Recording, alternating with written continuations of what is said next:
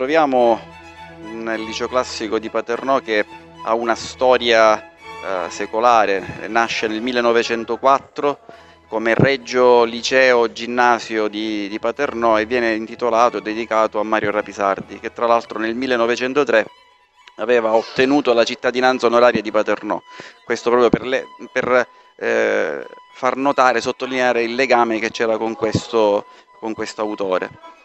Il liceo classico di Paternò ha segnato la storia di tantissime generazioni, ha formato la classe dirigente di Paternò con ottimi risultati, così come tutti i licei classici, perché il liceo classico, l'istruzione, l'educazione, soprattutto la capacità logica che lascia un liceo classico, non si trova in altre scuole, e poi permette di aprire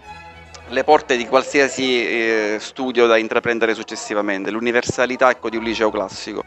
E stasera il liceo classico di Paternò partecipa per la prima volta a quella che è la notte europea dei musei. Ha voluto partecipare, il comune di Paternò è stato lieto di accogliere questa iniziativa, esponendo quelle che sono le opere d'arte, perché da alcuni anni il liceo classico Mario Rapisardi di Paternò ospita e ha anche il liceo artistico, per cui si fondono due realtà, che è la cultura classica e la cultura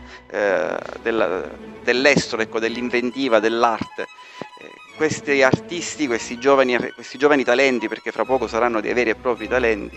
hanno raccolto in questi anni tantissime opere che questa sera stanno esponendo e stanno mostrando al pubblico.